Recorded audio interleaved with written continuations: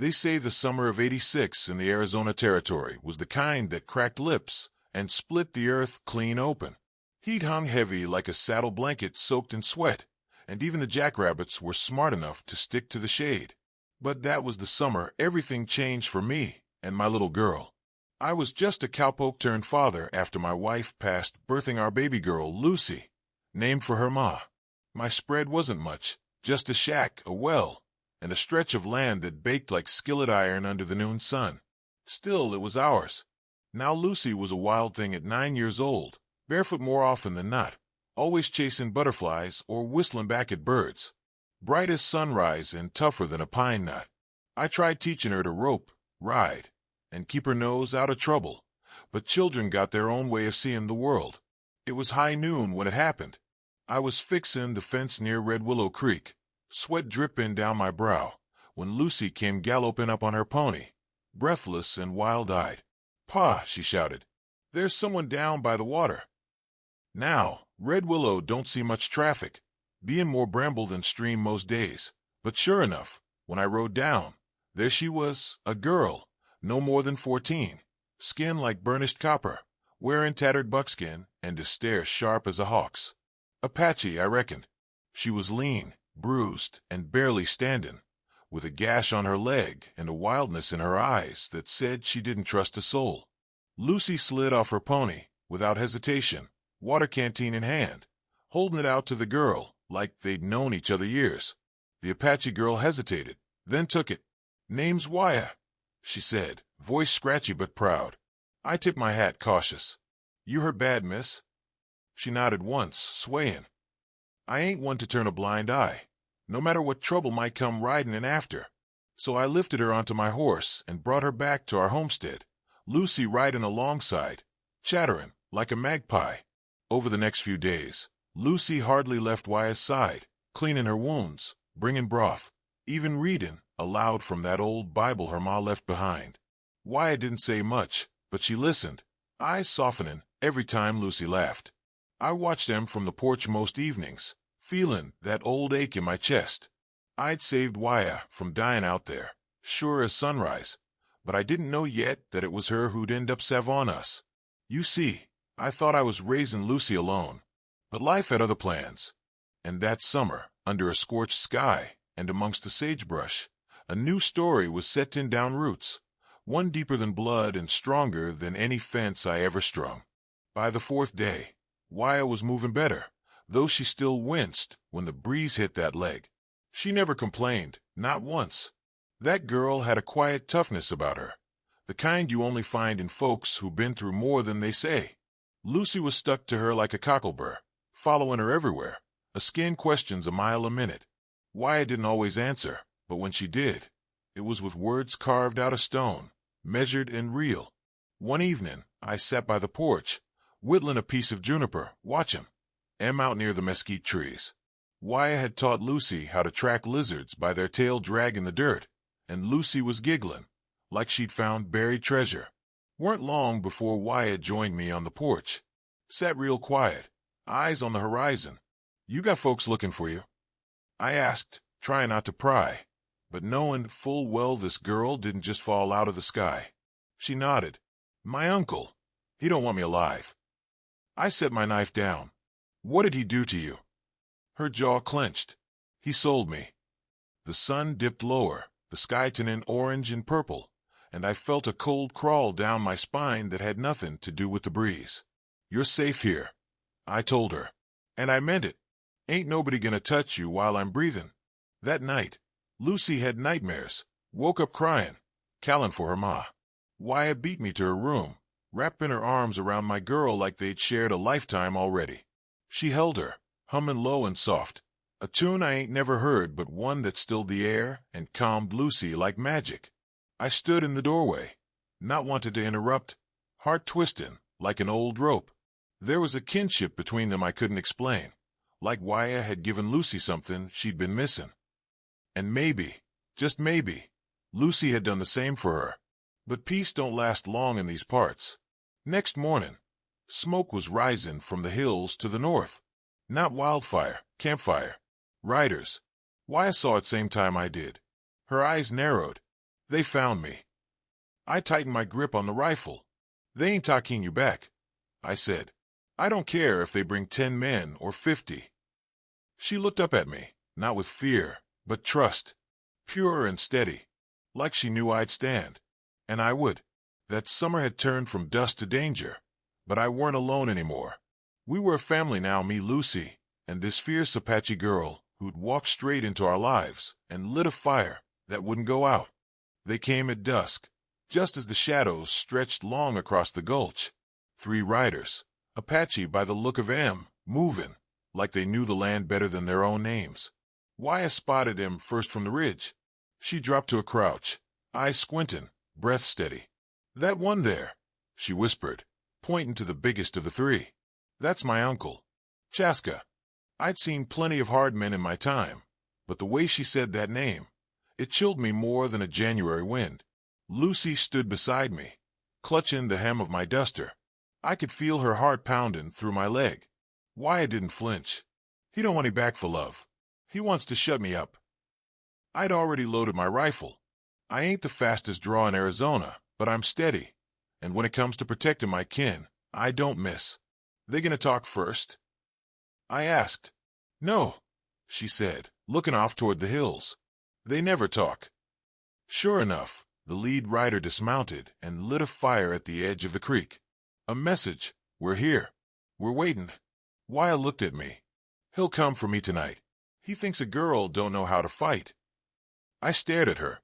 "You know how to prove him wrong." She nodded, jaw set. We made ready as the sun fell. I hid Lucy in the root cellar beneath the cabin floor, gave her a biscuit and her mama's locket, told her no matter what she heard, she stayed put, till I knocked 3 times. Then I set to work with Wyatt, stringing wire and setting traps, things I learned tracking rustlers down near Sonora. She worked beside me, silent, quick, sharp as a barb thorn. Weren't no fear in her hands, just purpose. And come midnight, they came. It started with a whistle, high eerie, then the snap of a twig. Chaska first, slipping past the corral like a coyote. I let him come close, real close. Then I stepped out, rifle raised. "That's far enough." He stopped, surprised, maybe even impressed. "You sheltering her, Cowboy?" "I'm doing more than that," I said. "I'm claiming her." He sneered. "She's not yours. She's my daughter's sister now. That makes her mine." He spat. "Blood's thicker than water." "Not in this house," I said. "In this house, love is thicker than anything." Wyatt stepped out then, holding a bough she'd carved herself. "This ends tonight, Uncle." His hand went to his knife, but he never got the chance to pull it. One of my traps snapped shut. Iron teeth clamped on his boot, and he screamed like a stuck hog. The other 2 turned tail fast, not wanting none of what we had cooking. We let Chaska live, but we tied him up and left him by the marshal's post down in Dry Ridge, with a note: attempted abduction, armed, dangerous. The law there weren't swift, but they weren't blind either. That night, Wyatt sat beside Lucy on the porch, hand in hand, watching fireflies. "You were brave," Lucy whispered. Wyatt shook her head. "I just didn't want to run anymore." I leaned back in my chair, watching the 2 of them laugh in the moonlight. That summer started with trouble, but it grew something beautiful. A bond forged in fire, and 2 girls who saved each other. And me. I was just lucky enough to be their pa. After Chaska was carted off, things quieted. Too quiet, some might say. Wyatt settled into life with us, like she'd always been meant to be there. She helped me mend the roof, taught Lucy how to weave baskets from dry willow, and even carved a flute from juniper wood that sang real soft at sundown. She still didn't speak much, but when she did, it was worth listening. One morning, I caught her staring off toward the red rocks out past Old Badger Gulch. "That's where my mother's people are buried," she said. "I ain't been back since I was little." "You want to go?" I asked. She looked at me, real long and serious. "Someday, when I ain't running anymore." I understood. The land don't just hold bones. It holds memory, pride, pain. I'd buried Lucy's ma beneath a cottonwood, not 20 paces from the porch. Some days I still caught Lucy talking to the wind, a skin if her ma was watching. Then came the letter. A rider from Bisbee brought it, dusty and half-torn. Addressed to me in shaky script. Inside a summons. Seems the territory marshal had questions about Chaska, and folks down south were claiming Wyatt was tied to some theft from a silver caravan. I knew it was hogwash, but lawmen in those parts were hungrier for order than they were for truth. "You gonna run?" I asked her quiet. She stared at the letter. "Not this time." So we packed up a week's worth of food and set off south, me, Lucy, and Wyatt, riding double on Buck and old Nellie. Dust kicked up behind us, like memories we didn't want. The road was rough, and we kept to the arroyos and deer paths, avoiding folk. But on the third night, as we camped near a dry wash, a man rode into our firelight. Big fella, old scars. Wyatt's hand went straight to her knife. "Peace," he said, lifting both hands. "Name's Esau. I rode with your pa once. I ain't here for trouble." "Then what are you here for?" I asked, hand resting on my rifle. He looked at Wyatt. "To tell her the truth. About her mother. About Chaska. About what really happened back then." Wyatt froze. Esau pulled a faded locket from his coat and set it in her hand. Inside, 2 tiny sketches. A man and woman, both with her eyes. "He lied to you," Esau said. "Your mother didn't die sick. She was killed by Chaska for speaking out." Silence swallowed us whole. I didn't move. Just watched Wyatt crumble and rebuild herself all in one breath. She held that locket like it weighed more than gold. "Why now?" she asked. "Because word travels. Folks heard what you did at Red Willow. They're saying you ain't a scared girl no more. You're someone worth knowing." Esau rode off at dawn, leaving dust and truth in his wake. That day, Wyatt braided her hair in a new way, tight and proud. She walked straighter, smiled more. And when we rode into Bisbee, she didn't hide behind me. She stood beside me. Whatever came next, I knew one thing for sure. This girl wasn't running. She was returning. Bisbee was a crooked kind of town, built fast, built hard, and never meant to last. Streets twisted like lies, and the sun didn't shine there so much as glare. Me and the girls rode in slow, taquine in the eyes that followed us, sharp, suspicious, and too curious for their own good. Folks here smelled fear like coyotes. I kept one hand near my hip the whole time. The marshal's office sat wedged between a saloon and a gunsmith's. We dismounted, dusted off, and walked in like we owned the place.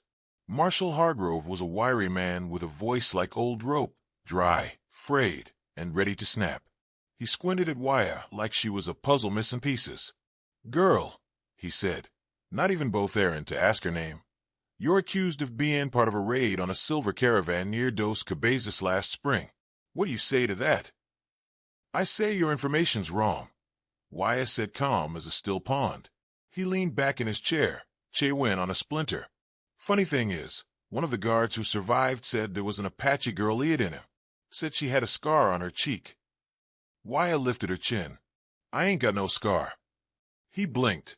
"No, you don't." I stepped forward. "You haulin' in every Apache girl between here and Tucson over a maybe? Sounds more like you're hunting shadows." The marshal's face twitched. "The man we got locked up, he says he knows her. Claims she's kin to the leader of that raid."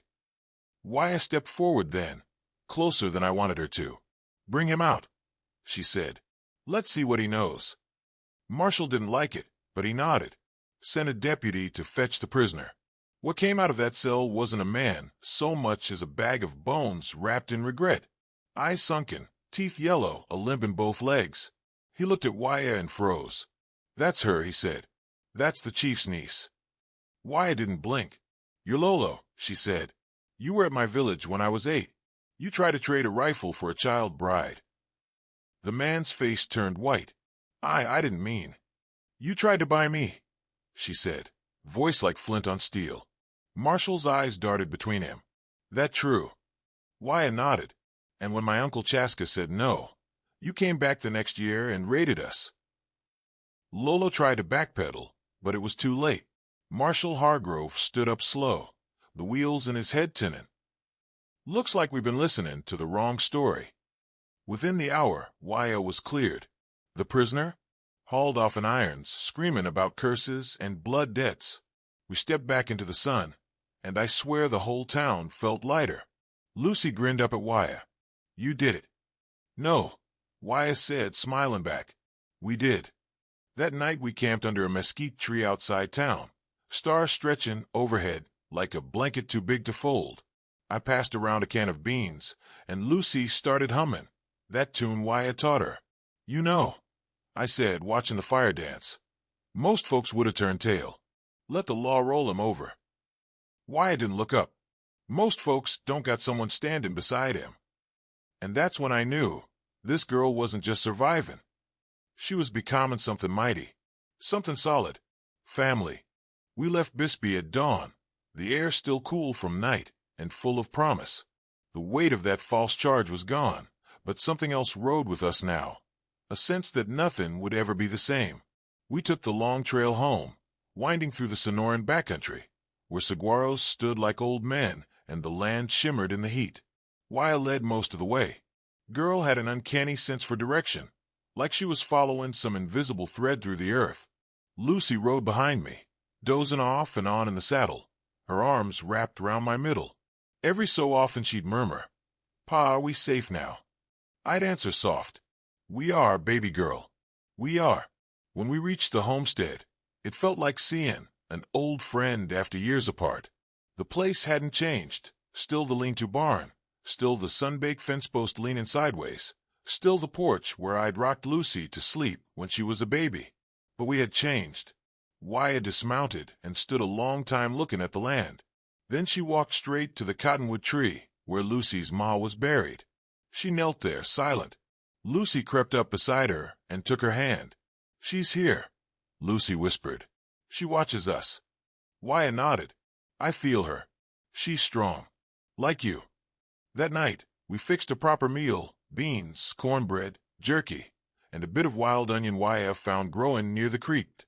We ate under the stars, the girls giggling, as Wyatt told a tale from her childhood, something about a turtle and a coyote tricking a river spirit.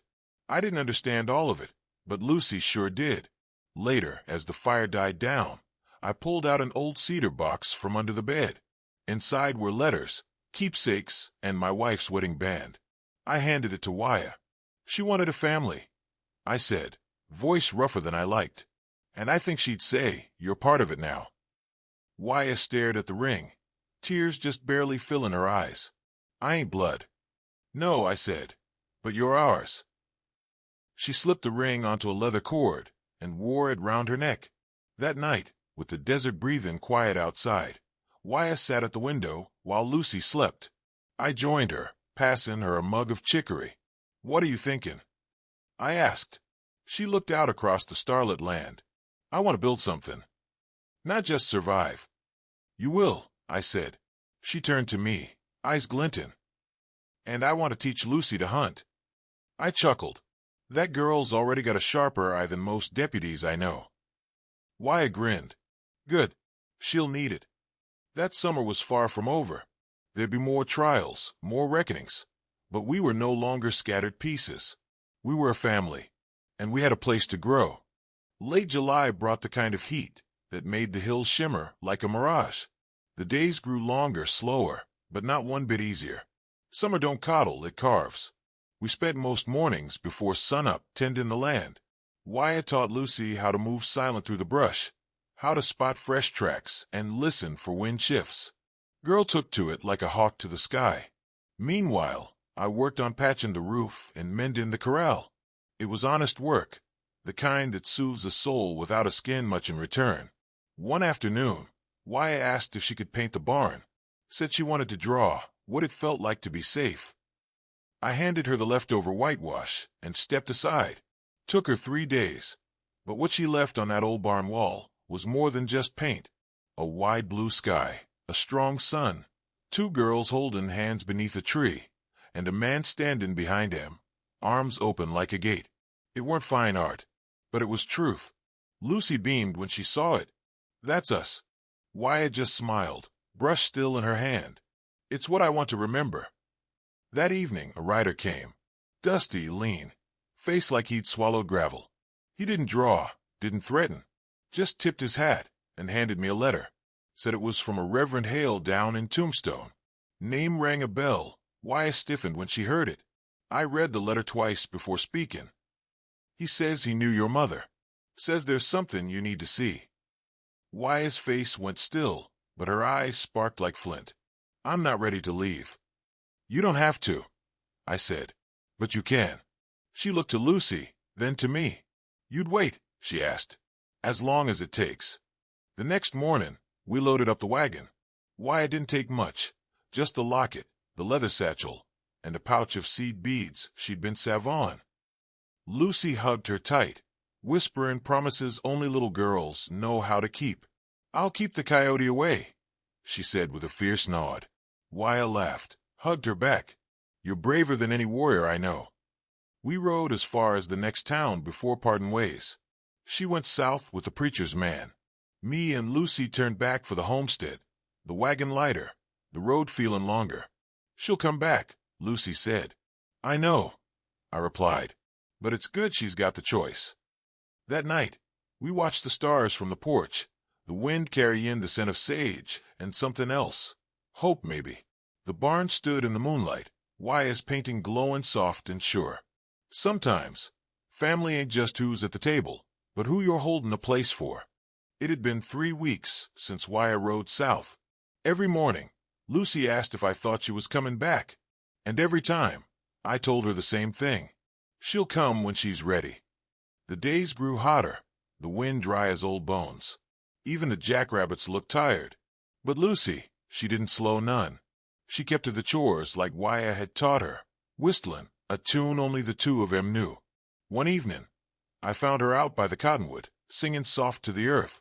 She said this helps things grow. She told me, patting the ground like it was an old friend. Then came the rain. It started as a whisper on the wind, then turned to a roar. Hardest downpour we'd had in years. The roof held, but the barn nearly caved. Lucy and I scrambled, Logan and hollering, as we dragged feed sacks and tools inside. We stood there soaked, breathless, and muddy. And that's when we heard it. Hooves. Not thunder. Not cattle. A single rider, cutting through the rain like a ghost come home. It was Wyatt. She slid off her horse like she'd never left, eyes bright, cheeks flushed, and in her hand, a worn oilskin bundle. I found what I needed, she said, handing it to me. Inside was a letter, her mother's handwriting, faded but strong. It spoke of dreams, warnings, and hope. Told Wyatt never to let her spirit be caged. Said if she ever found a place that felt like home, she should stay. Wyatt looked to Lucy, then to me. This is it, she said. This is where I stay. Lucy hooped, throwing her arms around her. And I just nodded, too full to speak. That night, we dried by the hearth, the rain tapping gentle on the roof. Wyatt pulled out a bundle of dried sage and set it on the coals. Smoke curled up sweet and slow. For her, she whispered, for what she gave me. The house felt warmer than ever. Outside, the rain fed the land. Inside, we sat close, 3 souls wrapped in a story still being written. Late August brought more than just ripe melons and fresh shoots from the rain. It brought eyes. You could feel it in the air, like a coyote watching from the ridgeline. Wyatt noticed first. She stopped mid-step while checking traps with Lucy. Someone's watching, she said. I didn't doubt her. That evening, I found boot tracks near the back fence, too deep for a ranch hand, too fresh to be friendly.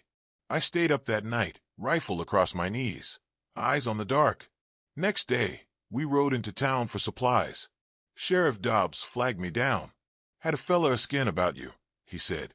Tall, lean, Apache-style rifle slung low. Said he was looking for a girl named Wyatt. I didn't say much, just tipped my hat and rode out, my jaw tight.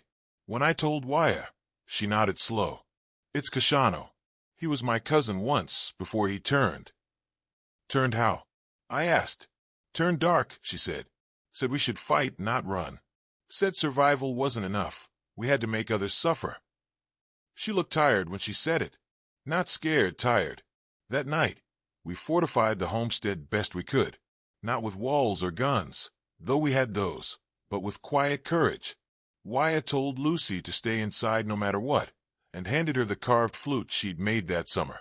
"If you hear me play this," she said, "you know it's safe." Sure enough, Kashano came before dawn. Alone, tall, with a scarred cheek and wild eyes. Waya met him at the edge of the property, me standing back, just far enough to give her space, close enough to back her up. "You should have stayed gone," he said. "You traded your blood for a white man's fence." "I traded pain for peace," she answered, "and I'm not running anymore." He stepped closer. "Come with me, or I'll burn this place to the ground." That's when I stepped forward, rifle steady. "You'll do no such thing." He laughed. "You think this girl's yours to protect." "She's not mine," I said. "She's hers, and she's standing on her own 2 feet." Wyatt didn't flinch. She looked her cousin dead in the eye. "This is my family," she said. "You come through them. You answer to me." Kashano stared long and hard. Then he spat in the dirt. "Soft," he muttered, and rode off without another word. We didn't celebrate, didn't speak, just stood together under the waking sky. Later that morning, Lucy blew the flute, 3 notes, clear and sweet, and I swear it was the sound of home. Fall came soft that year. The rains left behind green, where there was usually only gold and dust. Lucy's laugh carried farther. Wyatt's shadow wasn't so sharp anymore. And me, I'd taken to sleeping a little easier, my rifle gathering dust by the hearth instead of resting in my lap. One afternoon, while Lucy was off fetching creek water and I was patching the wagon wheel, Wyatt brought me a bundle wrapped in deerskin. "I've been working on something," she said, voice low like she was letting go of something precious.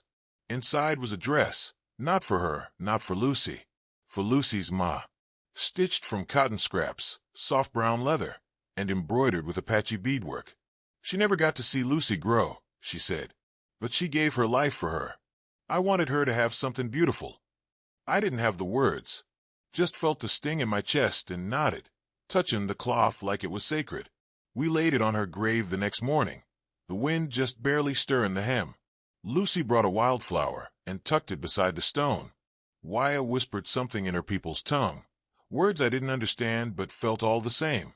That night, around the fire, Lucy asked a question that near broke me in two. "Pa, if Ma were here, would she like Wyatt?" I looked across the fire at Wyatt, her hands resting on her lap, head bowed, hair braided neat and proud. "She'd love her," I said. "Same as we do." Wyatt didn't speak, just reached over and took Lucy's hand. After Lucy drifted off to sleep in the rocker, I sat out on the porch with Wyatt. "You saved her life," I said, "out there in more ways than one." She shook her head. "No, she saved mine." I gave a dry chuckle. "Seems we all saved each other." She smiled, the kind that don't come easy but stays when it does. "Family ain't just born," she said. "It's chosen, forged." And she was right. That summer, what started with a wounded girl by a creek became the story of how a family was born, not from blood, but from fire, kindness, courage, and what she gave. Wyatt didn't just give Lucy protection, or me trust. She gave us belonging. And that, out in the Wild West, was the rarest gift of all.